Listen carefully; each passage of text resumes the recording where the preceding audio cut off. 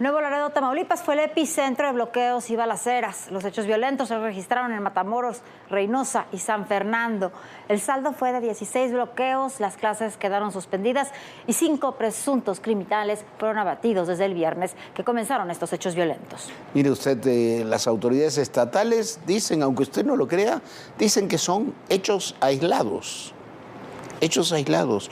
Llevamos 4 días continuos de balaceras, muertos, convoy con más de 20 camionetas llenas de sicarios con armas largas, pero dicen que son hechos aislados, que se trata de disputas entre criminales, eso ya lo sabemos. Pero la pregunta es qué hacen las autoridades. Dicen que existen grupos que buscan desestabilizar al gobierno del Estado. ¿Usted cree?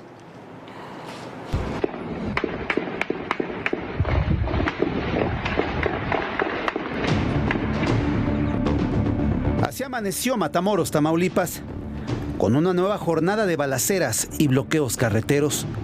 Autobuses escolares fueron robados para ser utilizados contra las fuerzas de seguridad y grupos rivales, mientras que en la madrugada, en San Fernando, fueron captados convoyes de camionetas blindadas de forma artesanal. Mira ya cómo los tenemos. Eran integrantes del Cártel Jalisco Nueva Generación y de los Metros, la célula que opera para el Cártel del Golfo. Estos grupos comenzaron una persecución que se extendió por varias horas. Y en la conferencia matutina, el secretario de la Defensa Nacional, el general Luis Crescencio Sandoval, informó sobre la persona agredida en Reynosa. No hay ningún bloqueo. Si existieron algunos, fueron retirados por personal de seguridad del Estado y fuerzas federales. No hay agresiones. Hubo una persona que fue atacada a las 7 de la mañana en el camino de la salida de Reynosa hacia Río Bravo. Esa persona es la única agresión que se tiene registrada. La aparente calma regresó a las 7:30 de la mañana, pero estos hechos generaron una psicosis entre la población. Padres no enviaron a sus hijos a los colegios, por lo que en 74 de 206 escuelas se suspendieron clases. Para el turno vespertino, las clases fueron suspendidas en todos los niveles. Por la tarde, el secretario de Seguridad de Tamaulipas dio a conocer que se trataban de hechos aislados, relacionados con la disputa entre grupos criminales, sin afectar a la población. Reportó 16 bloqueos y 5 delincuentes abatidos desde el viernes que comenzaron los hechos violentos hasta el lunes, tras la detención de Hugo N., alias La Cabra, presunto líder de los Metros, señalado como uno de los principales generadores de violencia en Tamaulipas. No hay ningún toque de queda. No hay ningún toque de queda, el Estado no está militarizado, el flujo del comercio está siendo normal, no ha sufrido afectaciones y reiteramos que la seguridad de toda la población es nuestra principal prioridad. Por lo pronto, se reforzó la seguridad en la zona con 550 militares, 60 de la Guardia Nacional, 100 de las Fuerzas Especiales y 2 helicópteros artillados. Bueno, ya vimos, nos dicen que no es grave, según las autoridades del Estado, son distintos bloqueos para poder desestabilizarlos. La verdad es que sí ha sido muy complicado lo que está sucediendo en Tamaulipas, sobre todo con estos bloqueos, con estos grupos criminales que están incluso robándose camiones para enfrentarse con las Fuerzas Armadas. Un desastre y una tristeza lo que está ocurriendo en Tamaulipas. Y ayer le informábamos de los bloqueos y tiroteos que se habían producido en otro estado, en Guerrero, durante todo el fin de semana. Hoy se confirmó que fueron provocados por el grupo llamado como la Nueva Familia Michoacana. Y este grupo está encabezado por 2 personajes siniestros. Uno está apodado el Pez, el otro la Fresa. Esta es la historia. A través de bloqueos carreteros quedó estrangulado el paso hacia Tierra Caliente el pasado 28 de abril a partir de las 3 de la tarde. Fueron 3 días en los que productores no pudieron movilizar su mercancía, lo que generó pérdidas millonarias. mientras que los habitantes tuvieron que caminar kilómetros para encontrar productos básicos y las clases fueron suspendidas. Estos bloqueos estuvieron encabezados por alcaldes del PRI, PRD y Morena, quienes de esta manera protestaron por los operativos encabezados por la Fiscalía Estatal. También participaron transportistas, funcionarios, trabajadores municipales, personal de la Secretaría de Salud y maestros, aunque algunos de manera anónima indicaron que los obligaron a participar. Los ediles aseguraron que estos cateos, los agentes fueron abusivos y que robaron varios artículos. Esto pese a que fueron ellos mismos quienes pidieron medidas contra la escalada de violencia y la presunta expansión del grupo Los Tlacos. El periodista Héctor de Mauleón relató que en estas operaciones las autoridades en realidad decomisaron 5 vehículos de alta gama, una Homer, 2 camionetas de colección y 2 autos de lujo, que ya habían sido revisados sin encontrar ni siquiera una denuncia de robo. Las camionetas eran de color amarillo y rojo, los colores que distinguen los autos de José Alfredo Hurtado Lascoaga, conocido como el Fresa, y líder de la nueva familia michoacana.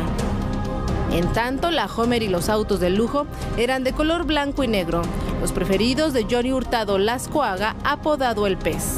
Los vehículos estaban guardados en una bodega y entre ellos había un Lamborghini Urus.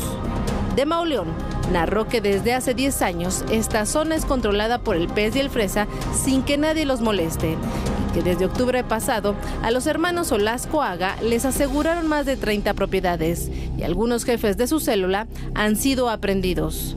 Se presume que estos hermanos están detrás de los bloqueos, pues horas después de los operativos comenzaron los cierres carreteros en Pungarabato, Altamirano, Tlapehuala, Arcelia, Coyuca, Cutzamala, Tlalchapa y Petatlán.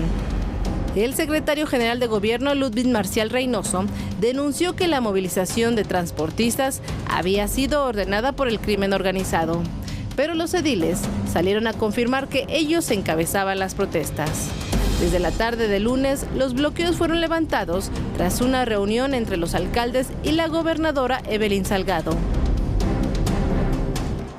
Pero mire usted, de la misma forma que los enfrentamientos en Tamaulipas tienen relación tienen una relación directa e indirecta con la detención de un personaje del Cártel del Golfo apodado La Cabra, ya se lo platicamos aquí.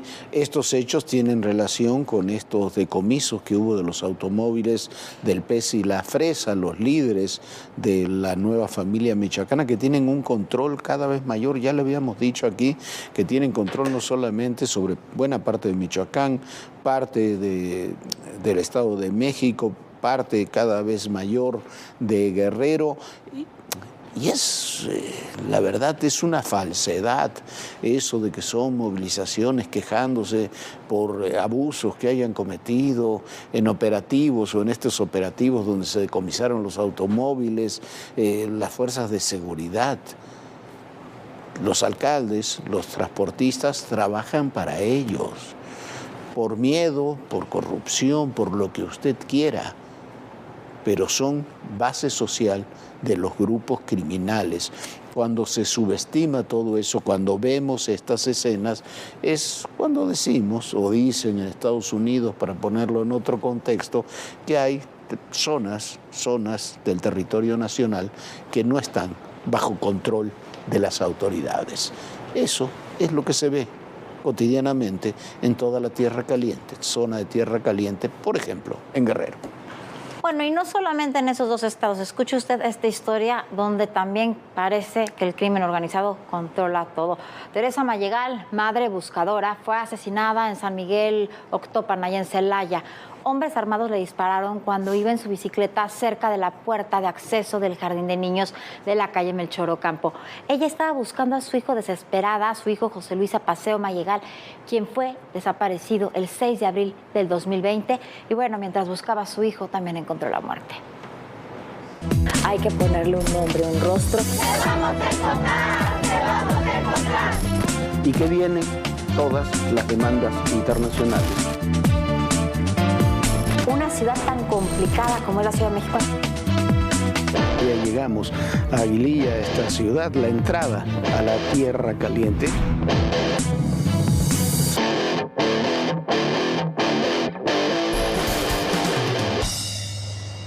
Bueno, y este martes, Marta Delgado presentó su renuncia como subsecretaria de Asuntos Multilaterales y Derechos Humanos de la Secretaría de Relaciones Exteriores. Dijo que decidió separarse del cargo con la finalidad de dar inicio a proyectos personales y a nuevos proyectos políticos. Marta fue pieza clave para garantizar, entre muchas otras cosas, las vacunas del COVID-19 para México entre el 2020 y el 2021. El canciller Marcelo Ebrard agradeció el trabajo de Marta y en medio de los rumores de una posible renuncia a su cargo, aclaró que debe ser Morena quien fije la fecha de las renuncias, pero lo que sí quedó muy claro es que Marta Delgado renuncia porque se va a coordinar la precampaña de Marcelo Ebrard. No fue un rumor, es algo más, es un hecho confirmado por la propia Marta. Me preguntaban, no, ya ahorita que salí, que si ya voy a renunciar. Yo dije desde diciembre, no sé si se acuerdan, le dije a Morena en una carta, yo no pienso que debamos llegar las funcionarias y funcionarios o quienes estamos en el servicio público en nuestros cargos a la encuesta. En mi forma de pensar le correspondería a Morena fijar la fecha, pero si no lo hace, pues entonces cada uno de nosotros tomará sus decisiones. No vamos a estar tampoco a expensas a ver cuándo deciden hacer las cosas, ¿no? A mí no me han dado siquiera respuesta, lo cual me parece increíble. Y precisamente a principios de diciembre platiqué con Marcelo Ebrard sobre este tema y esto fue lo que me dijo cuando le pregunté cuál sería el método para elegir candidato rumbo al 2024.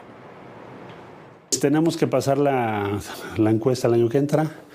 Morena está armando una competencia para un puesto que se llama coordinador en la defensa de la Cuarta Transformación y después de ahí tienes que pasar al Congreso de Morena y si te aprueban ya te registran candidato en 24, es así como si hay empate, pues te vas a segunda vuelta.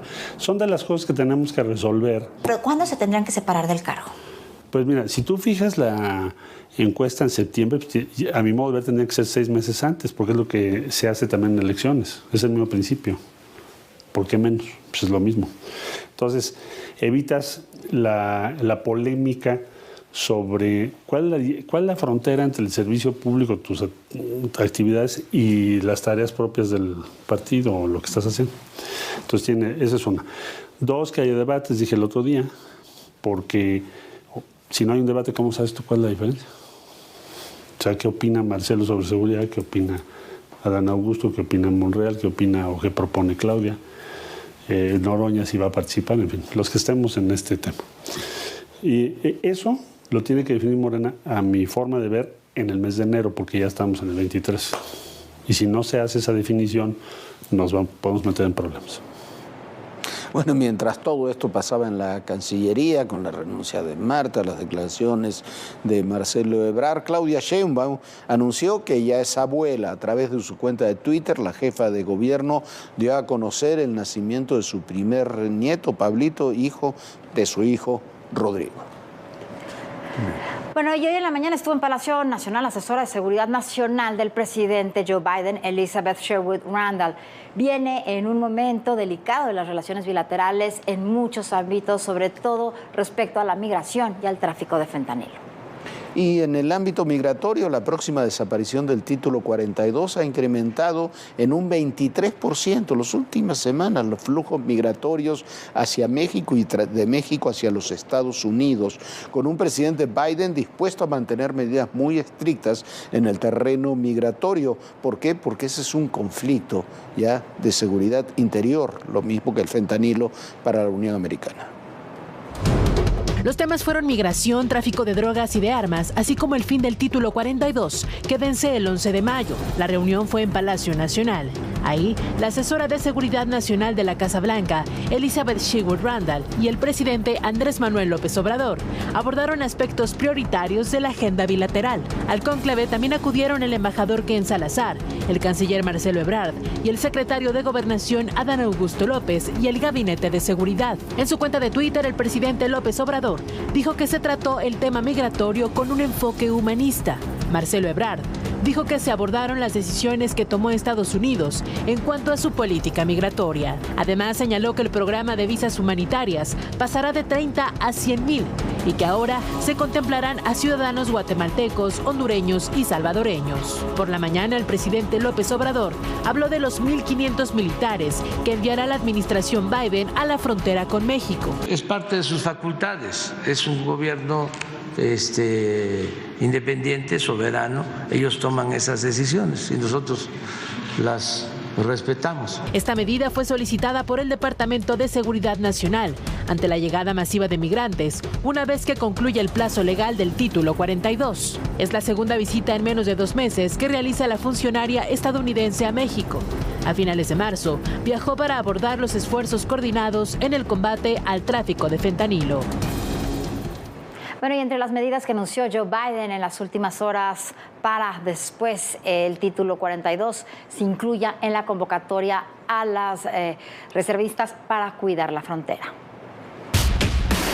La administración del presidente Joe Biden anunció que desplegarán 1,500 soldados adicionales en la frontera con México para contener el arribo de migrantes.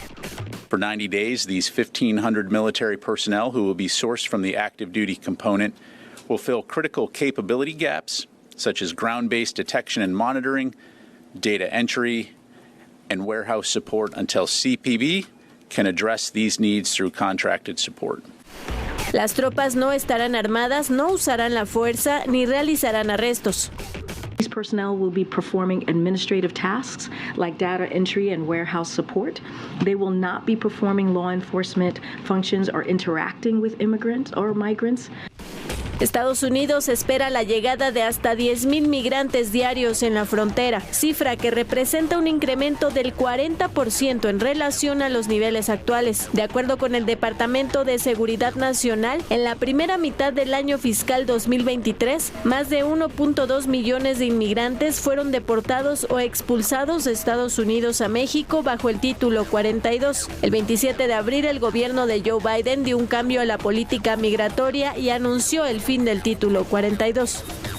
It's an approach focused on making migration more safe, orderly, and humane, and on advancing the interests of the American people.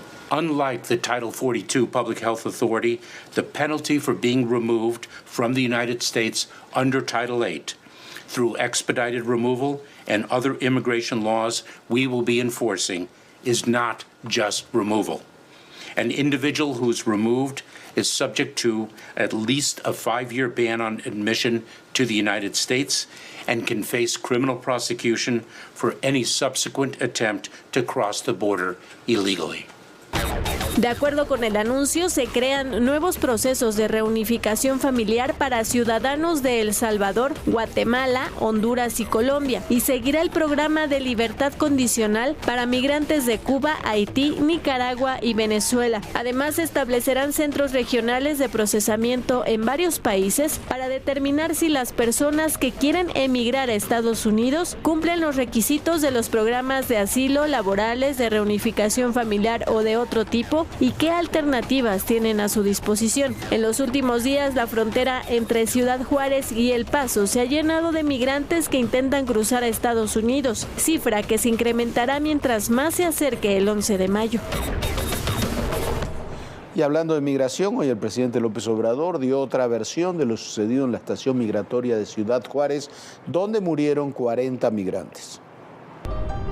Avanzan las investigaciones por el incendio en la estación del Instituto Nacional de Migración en Ciudad Juárez, donde murieron 40 personas la noche del pasado 27 de marzo. De acuerdo con el gobierno federal, el incidente fue iniciado por los migrantes, pensando que con la protesta iban a poder salir. Ya hay 9, 10 personas en la cárcel. Resultó de que quien tenía la llave no abrió. Pienso que no imaginó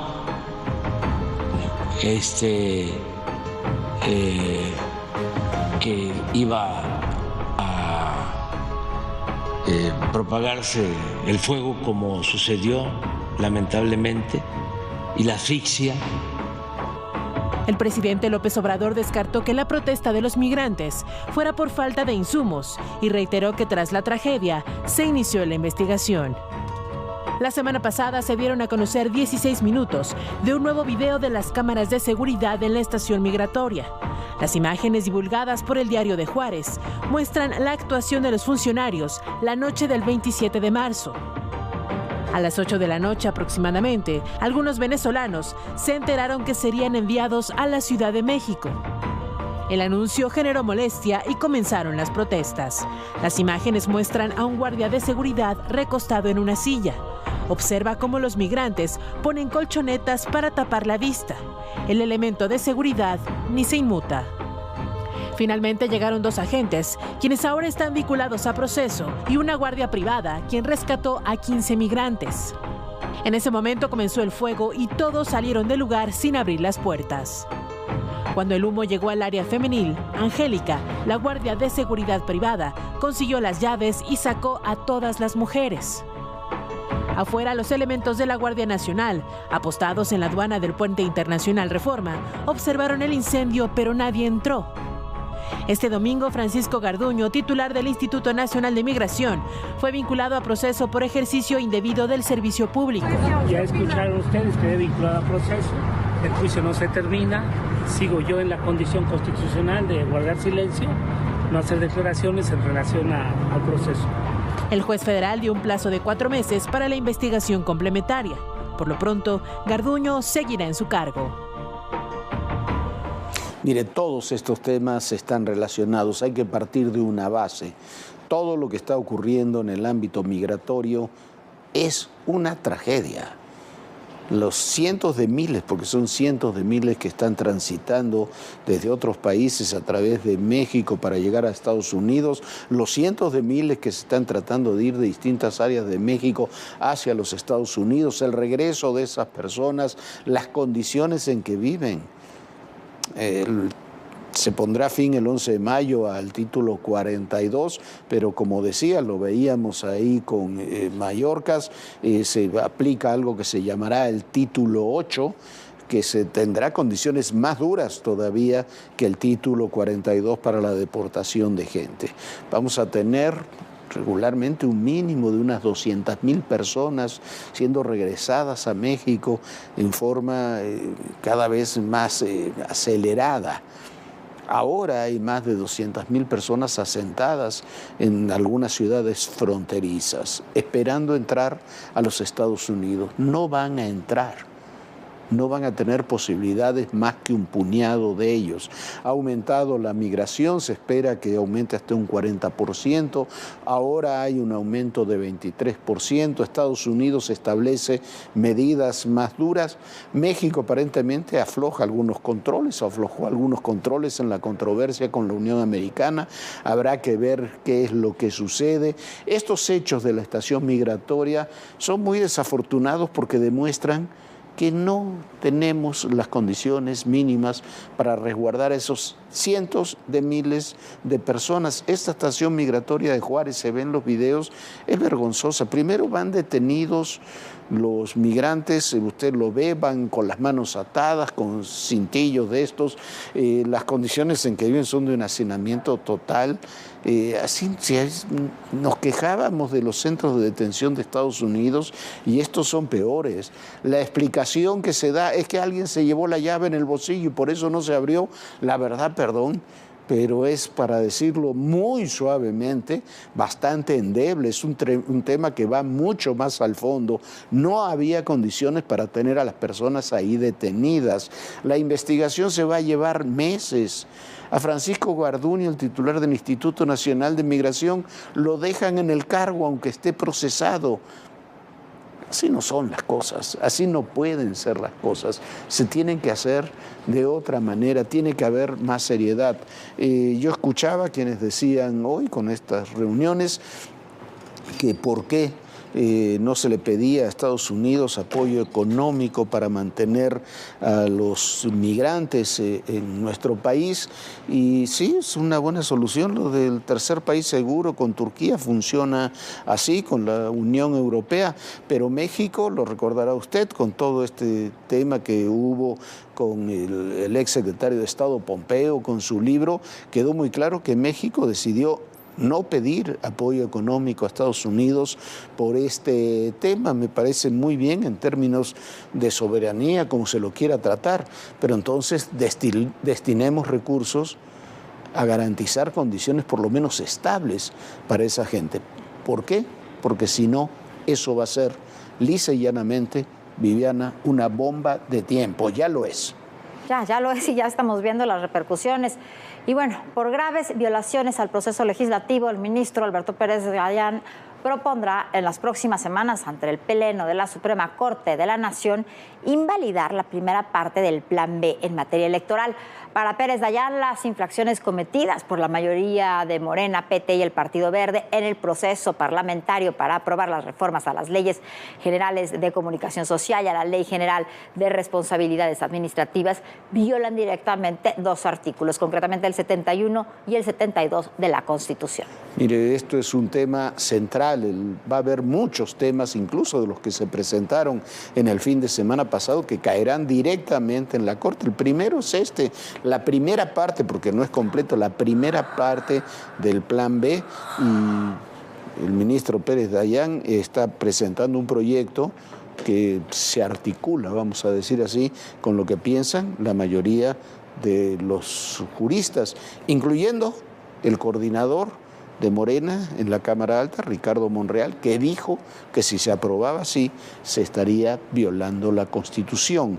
El proyecto requiere de 8 votos para lograr una mayoría calificada e invalidar así desde el máximo tribunal la primera parte del Plan B en materia electoral. La segunda parte está en manos de otro ministro, del ministro Lainez. Por cierto, será el próximo lunes cuando el Pleno de la Suprema Corte comience el análisis del tema. Ahí está, hay que estar muy pendientes de todo lo que sucede en la Suprema Corte de Justicia de la Nación, que seguramente va a haber noticia. Ya nos vamos, muchísimas gracias por habernos acompañado, pero mañana, por supuesto, lo esperamos muy puntuales a las 11 de la noche. Descansen, sueñen bonito, bonito sueño. Bonitos, muy bonitas noches, no sé si bonito sueño, pero muy bonitas noches seguro. Y recuerde, en el poder y en la política todo, pero absolutamente todo es personal. Gracias.